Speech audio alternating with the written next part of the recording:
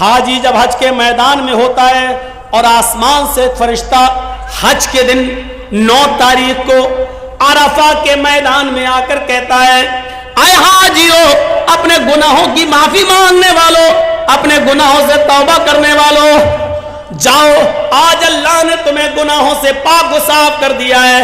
آج تم گناہوں سے ایسے ہی پاک ہو جیسے دھوبی کی بھٹی میں کپڑے کا میل کچیل صاف ہو جاتا ہے، جیسے کوئی بچہ اپنی ماں کے پیٹ سے پیدا ہونے کے بعد گناہوں سے پاک و صاف ہوتا ہے، جیسے وہ گناہوں سے بالکل پاک و صاف ہوتا ہے، ایسی اللہ نے تمہارے سارے گناہوں کو مٹا دیا، سارے گناہوں کو سے تمہیں پاک کر دیا۔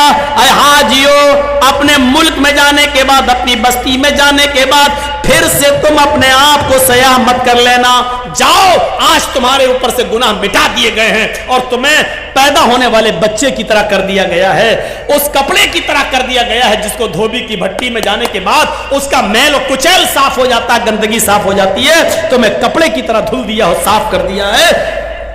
جہاں فرشتہ یہ اعلان کر کے خوشخبری سناتا ہے کہ اللہ نے تمہارے گناہوں کو ختم کر دیا، مٹا دیا، ایسے موقع پر بھی اللہ اس حج کے میدان میں بھی ان لوگوں کے گناہ نہیں مٹاتا ہے جو کسی پر ظلم کر کے حج کرنے آئے ہیں، یا کسی کی دکان پر ناجائز قبضہ کر کے، یا 1-2 بالش زمین کسی کی داب کر اس پر ظلم کر کے حج کے میدان میں پہنچے اور حج کرنے آئے۔ جب تک بندہ اس کو معاف نہیں کرے گا، اللہ بھی معاف نہیں کرے گا۔ اللہ حج کے میدان میں بھی اس کو معاف نہیں کرتا۔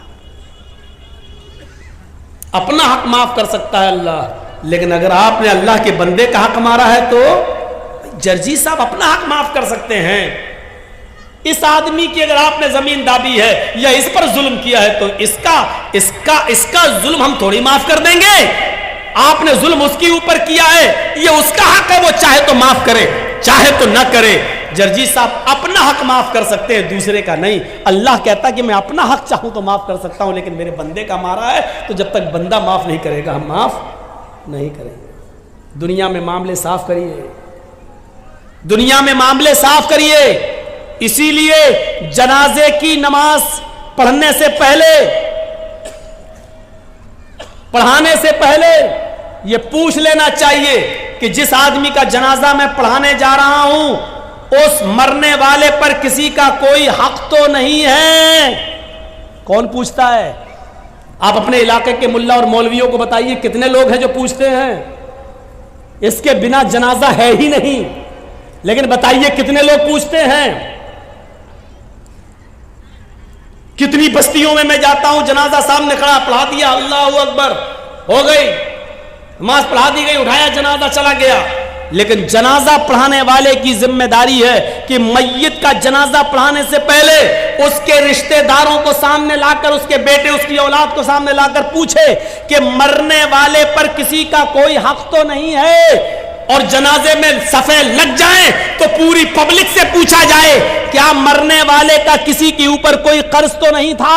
اگر ایک بھی آدمی کھڑا ہو کر یہ کہہ دے کہ مرنے والا میرا قرضدار تھا، مرنے سے پہلے اس نے قرضہ لیا تھا، قرضہ دیے بغیر مر گیا، تو پھر اس کے اوپر جنازہ نہیں پڑھا جائے گا۔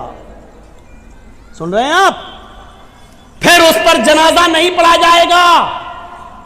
پھر اس کے گھر کا کوئی آدمی کھڑا ہو کر، اس کا بیٹا یا اس کا بھائی کھڑا ہو کر یہ کہے گا کہ اپنے باپ کا قرضہ میں ادا کروں گا۔ جب بیٹا یا گھر کا کوئی وارث یہ کہے کہ میں اس میت کا قرضہ میں ادا کر دوں گا، اتنا روپیہ تمہارا قرضہ میں دے دوں گا، جب اس بات کی گارنٹی جب کوئی لے گا تب اس کا جنازہ پڑھا جائے گا۔ آپ سمجھ رہے ہیں کتنا بڑا معاملہ ہے یہ بندوں کا معاملہ۔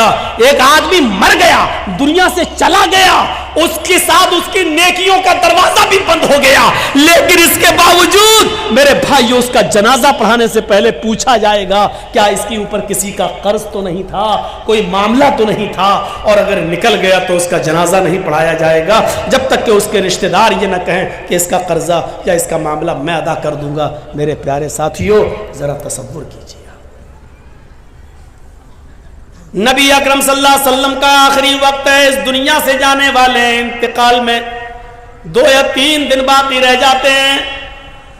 آپ فرماتے ہیں لوگوں اگر میرا کسی کے اوپر کوئی قرض ہو تو وہ آج لے لے، قیامت کے دن میں نہیں دے سکتا۔ انتقال سے 2-3 دن پہلے لوگوں اگر میرے اوپر کسی کا قرض ہو تو وہ 2-3 وہ مجھ سے لے لے۔ ایک صحابی اٹھتے ہیں اور کہتے ہیں کہ اللہ کے نبی میرے 3 درہم ہیں آپ کے پاس۔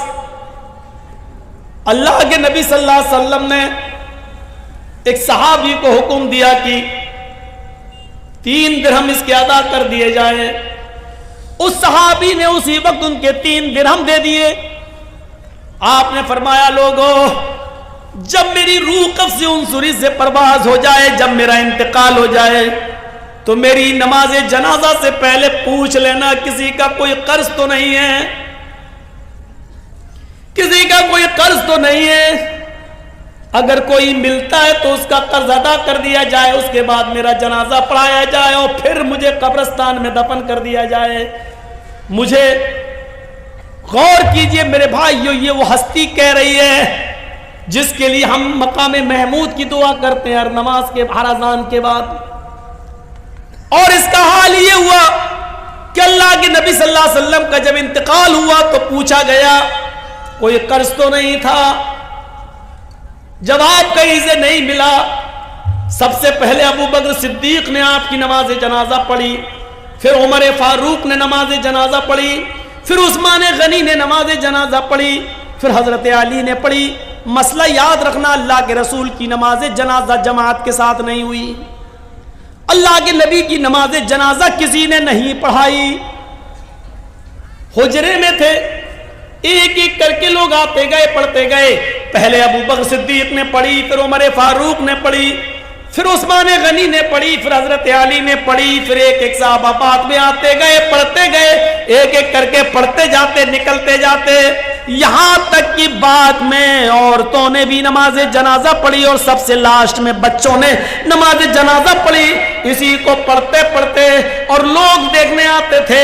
اللہ کے نبی صلی اللہ علیہ وسلم کو تقریباً آج کے موجودہ ٹائم کے لحاظ سے 32 آورز انتقال کے بعد 32 گھنٹے تک آپ کو دفنایا نہیں جا سکا۔ 32 گھنٹے تک آپ کو دفنایا نہیں جا سکا۔ اور اس کے بعد جب آپ کو دفنا دیا گیا، مٹی آپ کی ہو جاتی ہے، تو حضرت ابو بکر صدیق جب تک خلیفہ رہے اعلان کرتے رہے لوگوں اگر نبی اکرم صلی اللہ علیہ وسلم کا قرض کسی کے اوپر ہو تو وہ مجھ سے لے لے۔ لیکن ابو بکر صدیق 2 سال تک خلیفہ رہے، 2 سال تک برابر اعلان کیا لیکن کوئی نہیں آیا۔ پھر حضرت عمر فاروق کا زمانہ آیا، حضرت عمر فاروق کے پورے 10 سال تک اعلان ہوتا رہا اگر نبی اکرم کا قرض کسی کے اوپر ہو، اگر کسی نے نبی کو قرض دیا ہو اور اس کا قرض باقی ہو تو وہ عمر سے آ کر لے لے۔ حضرت عمر فاروق کے 10 سال کی خلافت میں بھی کوئی قرضہ لینے نہیں آیا۔ حضرت عثمان غنی کا جب زمانہ آیا تو 12 سال تک اعلان کیا جاتا رہا اگر نبی اکرم نے کسی سے قرض لیا ہے تو وہ آ کر مجھ سے قرض لے لے، میں نبی کا قرض دینے کے لیے تیار ہوں۔ لیکن 12 سال تک عثمان غنی کے زمانے میں بھی کوئی قرض لینے نہیں آیا۔ ذرا اندازہ لگائیے کہ قرضے کا معاملہ کتنا بھیانک ہوتا ہے۔ اللہ کے نبی صلی اللہ علیہ وسلم اپنے انتقال سے پہلے خود اعلان کر رہے ہیں اگر کسی کا قرض میرے اوپر ہے تو لے لے۔ ایک اٹھتے ہیں اور کہتے ہیں کہ میرے 3 درہم میں آپ نے دلوا دیے، پھر کوئی نہیں ملا۔ ابو بکر صدیق نے 2 سال تک اعلان کیا لیکن کوئی نہیں ملا۔ عمر فاروق نے 10 سال تک اعلان کیا لیکن کوئی نہیں ملا۔ عثمان غنی بھی کہتے رہے کہ نبی کا قرض کسی کے اوپر ہو تو مجھ سے لے لے، لیکن 12 سال تک کسی نے کوئی قرض نہیں مانگا۔ غور کرو کہ قرض کا معاملہ کتنا بھیانک ہوتا ہے، کیونکہ قرض دار آدمی کی روح لٹکتی رہتی ہے زمین و آسمان کے بیچ میں۔ میرے پیارے ساتھیوں، جب تک اس کا قرض ادا نہ کر دیا جائے میرے بھائیوں یہ معاملہ بڑا عجیب و غریب رہتا ہے۔ آئیے اس معاملے کو سمجھنے کی کوشش کیجئے۔ حقوق اللہ، اللہ معاف کر سکتا اپنا حق لیکن بندے کا حق معاف نہیں کرے گا۔ اگر کسی نے کسی سے قرض لیا ہے تو پہلی فرصت میں قرض ادا کر دے، پہلی فرصت میں قرض ادا کر دے، کیونکہ